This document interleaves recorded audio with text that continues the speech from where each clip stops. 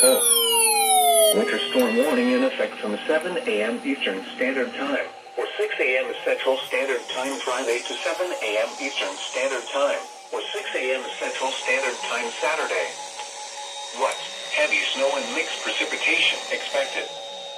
Total snow accumulations between 2 and 5 inches and ice accumulations up to 1/10 of an inch. Where? Portions of southwest North Carolina and East Tennessee. When?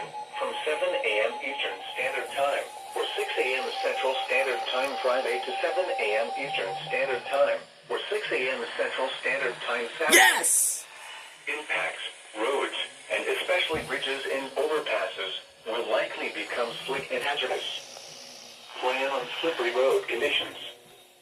The hazardous conditions could impact the Friday morning and evening commutes, and the Saturday morning commute.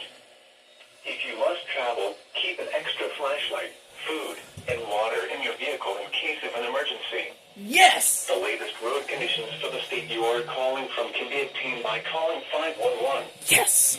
Persons should consider delaying all travel.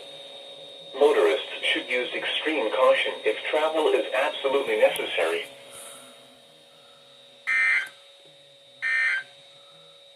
Yes!